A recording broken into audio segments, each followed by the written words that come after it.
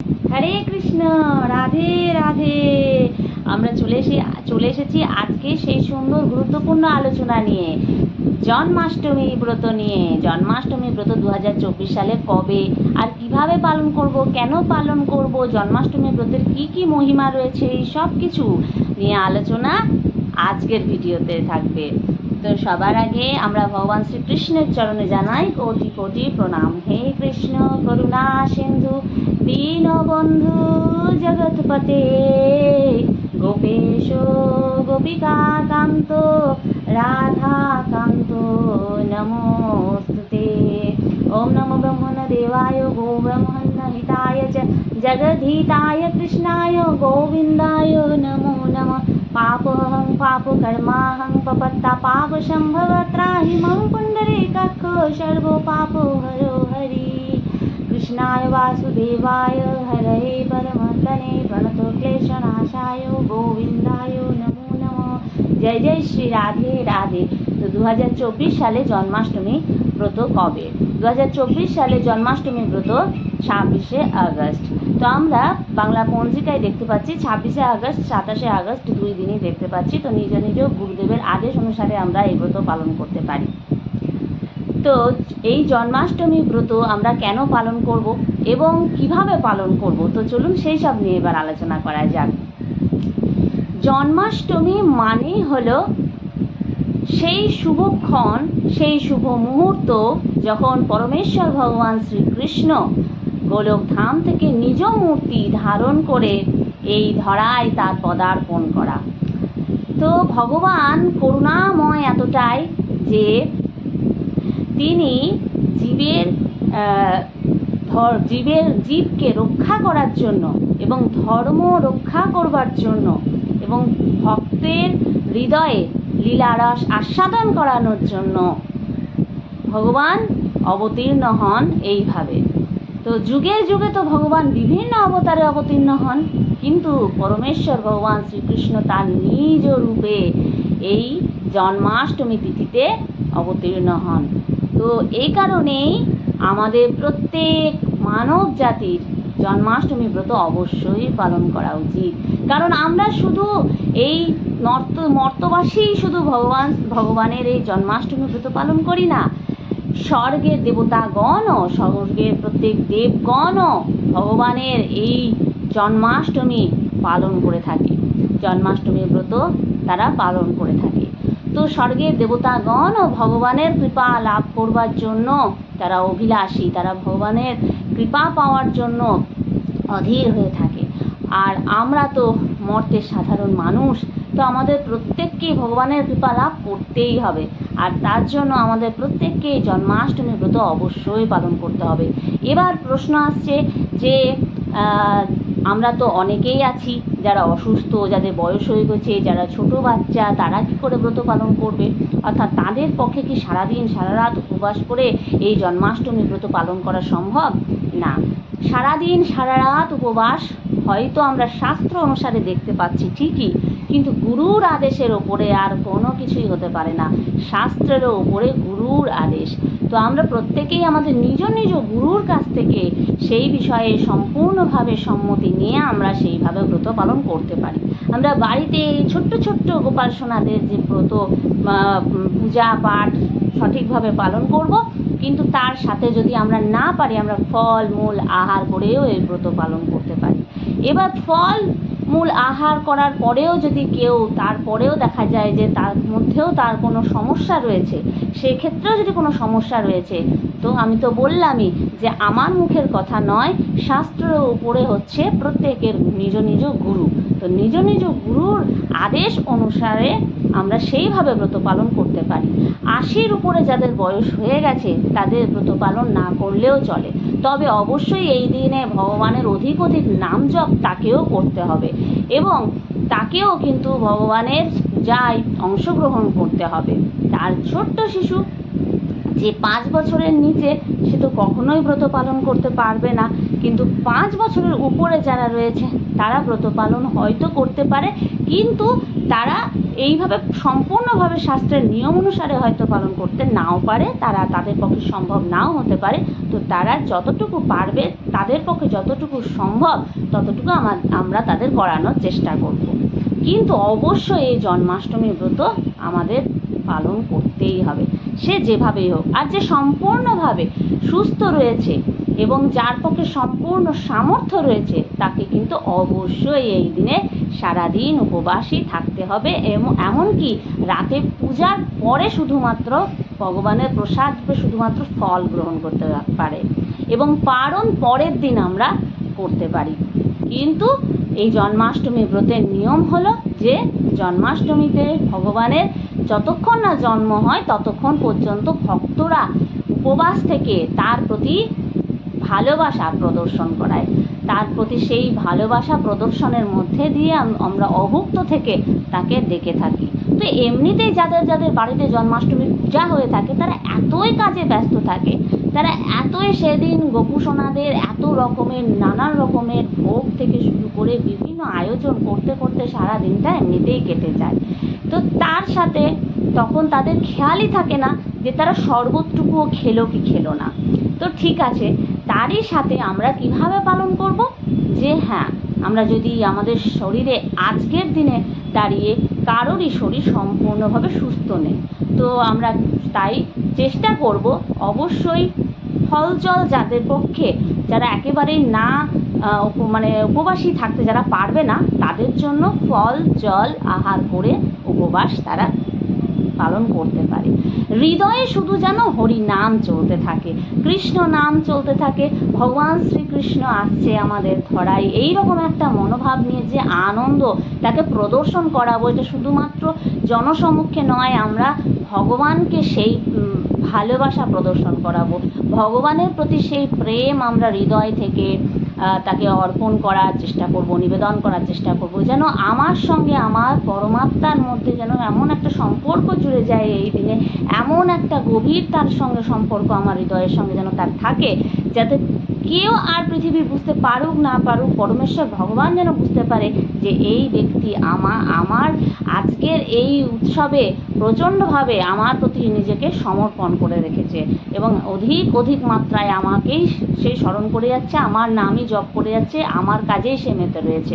তো অবশ্যই আমাদের এই দিনে তো সব কিছুই ছুটিই থাকে, সরকারি কাজ থেকে শুরু করে সব কিছুই আমাদের ছুটি থাকে। তো আমরা অবশ্যই বাড়িতে সম্পূর্ণভাবে এই দিনটা ভগবানের নামে কিন্তু যেভাবেই হোক কাটাতেই পারি।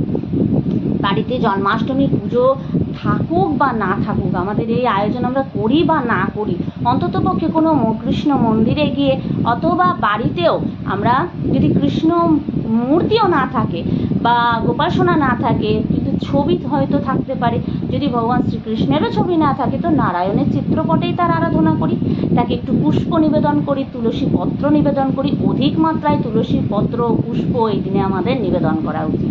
আর কি করা উচিত, এই দিন হলুদ বস্ত্র অবশ্যই পরিধান করা উচিত, এবং এই শুভ তিথিতে আমরা হলুদ বস্ত্র পরিধান করে তার বিধিবিধান করব। এবং অবশ্যই এই দিনে বাড়িতে আসা যে কোনো মাতা হোক বা যে কোনো শিশু, বালক, বালিকা বা বড় কোনো মানুষ বা কোনো ভিক্ষুক, কাউকে হতাশ করে ফেরাতে নেই। ভগবান কখন কার রূপে কিভাবে পুজো নিতে চলে আসেন, কিভাবে সেবা নিতে চলে আসেন, তা কে বলতে পারে, কে জানে কার রূপে কখন ভগবান কিভাবে সেবা নিচ্ছেন। প্রত্যেক জীবের মধ্যে রয়েছে যে আত্মা, তাই তো পরমাত্মার অংশ। তো তিনি তো অবশ্যই পরীক্ষা করবেন যে আমার বিগ্রহে তুমি সেবা করার সাথে সাথে তুমি কতটুকু এই জীবকে তুমি সেবা করছো, তার মধ্যে দিয়ে কিভাবে তুমি আমার সেবা করছো, তিনি তো পরীক্ষা নিতেই পারেন। তাই প্রত্যেকের মাথায় এই কথাটা রাখতে হবে যে এই দিনে আমার পূজার্চনার সামগ্রী এগুলো আমি এখান থেকে কখনোই কাউকে কিছু দিতে পারবো না, তা কিন্তু নয়। ভগবান যে কোনো রূপে এসে আমাদের কাছে সেবা নিতে পারে। বাড়িতে আসা গোমাতা এই দিনের জন্য অত্যন্ত শুভ বলে মনে করবেন। বাড়ির দ্বারে যদি এই দিনে গোমাতা এসে কিছুক্ষণের জন্য দাঁড়ায়, তো জানবেন এটা আমাদের জন্য অত্যন্ত শুভ এবং সৌভাগ্যের বিষয়। সঙ্গে সঙ্গে চেষ্টা করব আমরা সেই গোমাতাকে সেবা দেওয়ার, তাকে যতটুকু পারবো ফল মূল জল সব কিছু তাকে সেবা করানোর চেষ্টা করব। পারলে অবশ্যই একটি ফলের মধ্যে হলুদের টিকা লাগিয়ে দিয়ে তিলক করে দিয়ে সেই ফলটি ভগবান শ্রীকৃষ্ণের নাম স্মরণ করে এবং ভগবানকে স্মরণ করে তাকে খাইয়ে দেওয়ার চেষ্টা করব। এইভাবে গোমাতার এই দিনে আমরা সেবা করতে পারি। আর গোময় গৌমূত্র এসব ছাড়া তো ভগবানের সেবা হবেই না, পূজা অর্চনা হবেই না। তো পঞ্চগব্য পঞ্চামৃত সব কিছু এই দিনের জন্য লাগবে। ভগবানকে স্নান করানোর জন্য, তার অভিষেকের জন্য আমাদের পঞ্চামৃতের প্রয়োজন। তো অবশ্যই এই দিনে আমরা পঞ্চামৃত দ্বারা আমরা নিজেদের মতো করে আমাদের গোপাল সোনাদেরকে অবশ্যই স্নান অভিষেক করিয়ে নেব। এবং তাছাড়াও যারা যেভাবে যতটুকু পারবে ফলের রস দিয়ে হোক আর যা কিছু দিয়ে হোক ভগবানের স্নান অভিষেক করাতে পারে। তো অভিষেক শঙ্কের মাধ্যমে এই দিন আমরা আমাদের গোপাল সোনাদের স্নান অভিষেক করিয়ে নেব এবং নতুন বস্ত্র তাদের পরিধান করাবো, তাই না? তো নতুন বস্ত্র তাদের পরিধান তো প্রত্যেকেই আমরা করাবো, এটা আমার বলা আর না বলা একই ব্যাপার। কারণ আমি জানি যে আমার বন্ধুরা, আমার যারা এখানে বন্ধু হোক বা গুরুজনেরা যারাই রয়েছেন, প্রত্যেকেই জন্মাষ্টমীতে ভগবানের জন্য নতুন পোশাক আগেই নিয়ে চলে আসেন।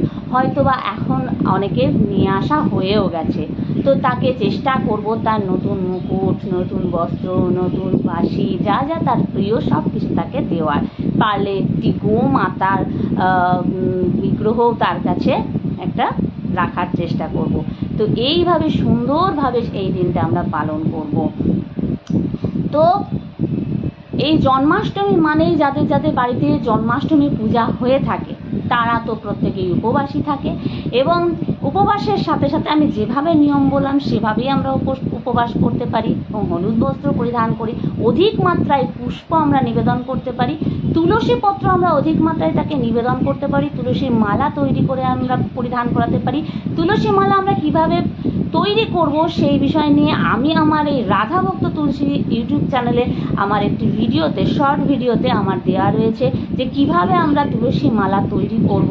কখনোই তুলসী মালা তুলসী পত্রের ছুঁচ দ্বারা ছিদ্র করে নয়, এটি প্রত্যেকটি পাতার গোটায় ঘিট মেরে আমরা এই মালা তৈরি করব এবং তা ভগবানকে পরিধান করানোর চেষ্টা করব। তো এই সব কিছু দ্বারা ভগবানের অত্যন্ত প্রীতিবিধান করার এই দিনে আমরা অবশ্যই চেষ্টা করব। তো জন্মাষ্টমী ব্রত যারা আমরা পালন করব এবং বাড়িতে যারা পূজার্চনা করব বা নাই করব, তারা আমরা অবশ্যই ভগবানের পূজা অর্চনা পর্যন্ত উপবাসী থাকার পর যে পুজো হয়ে যাওয়ার পর অনেকের প্রশ্ন থাকে যে আমরা সে প্রসাদ কি গ্রহণ করতে পারবো?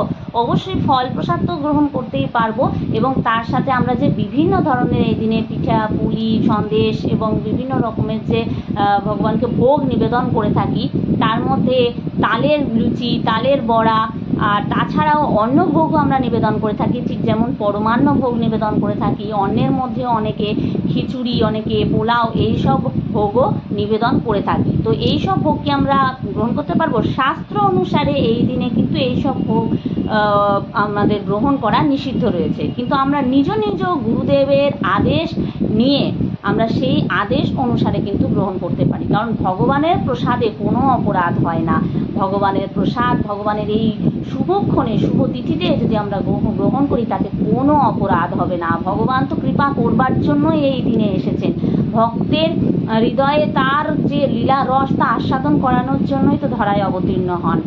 তিনি যখন এই ধরায় অবতীর্ণ হন তো তখন স্বয়ং রাধা রানীকে অর্থাৎ তার শক্তিকে সঙ্গে নিয়ে আসেন, কিন্তু রাধা রানী গোলক ছেড়ে কখনো এই ধরায় আসতে চায় না। তখন ভগবান বলে থাকেন যে তোমার গোলকের মতোই সব কিছু ধরায় আমি সৃষ্টি করব, প্রকট করব।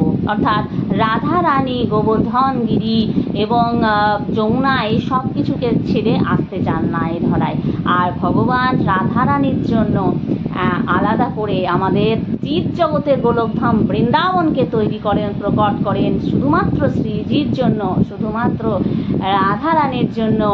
এই যমুনা, এই গোবর্ধন গিরি সব কিছু তিনি প্রকট করেছেন এবং এই বৃন্দাবনের মাটিতে তিনি লীলা করেছেন। তো সকল ধামে তো এই দিন খুব খুব খুব বড় করে উৎসব হবে, মহোৎসব হবে।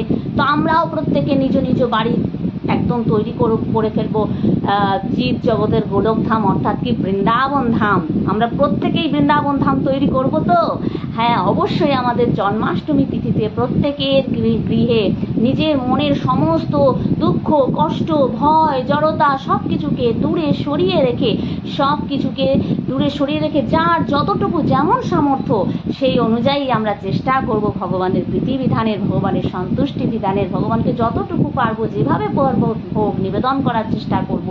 ভগবানের বিভিন্ন রকমের প্রিয় প্রিয় ফুল ফলে রাঙিয়ে তাকে সুন্দরভাবে সাজিয়ে তাকে আমরা সন্তুষ্ট করার চেষ্টা করব, প্রীত করার চেষ্টা করব। এইভাবে এই দিনে ভগবানের অধিক কৃপা লাভ করার চেষ্টা করব।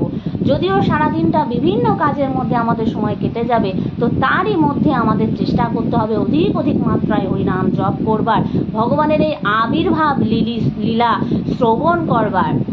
ভগবানের যেই আবির্ভাব তিথি, যে আবির্ভাব মুহূর্ত, যে কিভাবে যমুনা উথাল পাতাল করছিল, কিভাবে বসুদেব ভগবানকে নিয়ে নন্দরাজের ঘরে দিয়ে এলেন, এই সব কিছু লীলা মহিমা এই দিনে আমাদের জন্মাষ্টমী ব্রত কথা শ্রবণ করতে হবে। আমাদের এই দিনে গীতা পাঠ করতে হবে। এই দিনে আমরা ভাগবত শ্রবণ করতে পারি, ভাগবত কথা শ্রবণ করতে পারি। তো বিভিন্ন রকমের শাস্ত্র আমরা একদিকে ভগবানের সেবা কার্য করব, অন্যদিকে সেই কথা শ্রবণ করব, অধিক মাত্রায় তার নাম জপ করব। যতটা পারবো এই দিনে আমরা অধিক মালা জপ করার চেষ্টা করব। যদিও আমাদের অতটা সময় হবে না, কিন্তু তবুও আমরা চেষ্টা করব এবং রাতে আমাদের পূজা শেষ হবার পরেও আমরা সেই কার্য করতে পারি, ভগবানের নাম মালা জপ করতে পারি এবং ভগবানের সেই ব্রত কথা শ্রবণ করতে পারি। তো আমিও আপনাদের সেই ব্রত কথা দেওয়ার চেষ্টা করব আমার অপর একটি ভিডিওতে। তো এই সব কিছু মিলিয়ে এই দিনে ভগবানের অধিক মাত্রায় যাতে কৃপা আমরা লাভ করতে পারি, তার জন্য আমাদের এই 2024 সালে জন্মাষ্টমী ব্রততে চলুন সবাই মিলে মেতে উঠি আর এইভাবেই ভগবানের আমরা প্রীতিবিধান করব। তো কেন ভগবান আমাদের বারবার তার নিজ রূপে এই ধরায় অবতীর্ণ হন? তো প্রত্যেকেই জানে যে পাপীদের পাপ বিনষ্ট করার জন্য এবং পুণ্যার্থীকে রক্ষা করবার জন্য, ধর্ম রক্ষা করার জন্য ভগবান এখানে লীলা করতে আসেন এবং এইভাবে ভগবান তার লীলারস আমাদের আস্বাদন করান তার ভক্তদের উদ্দেশ্যে। আর তার এই লীলা আমরা শ্রবণ করে আমাদের জীবন সার্থক করে তুলতে পারি। আমাদের এই মানব জীবন সার্থক হয়ে ওঠে সুন্দর তার লীলারস আস্বাদনের মাধ্যমে। তো এইভাবে আমরা 2024 সালে জন্মাষ্টমী ব্রত চলুন সুন্দরভাবে পালন করি এবং অধিক মাত্রায় হরিনাম জপ করব, গীতা পাঠ করার চেষ্টা করব, শ্রবণ করার চেষ্টা করব এবং ভাগবত কথা শ্রবণ করার চেষ্টা করব অধিক মাত্রায়। এইভাবেই আমরা জন্মাষ্টমী ব্রত পালন করব। হরে কৃষ্ণ, হরি বল, রাধে রাধে।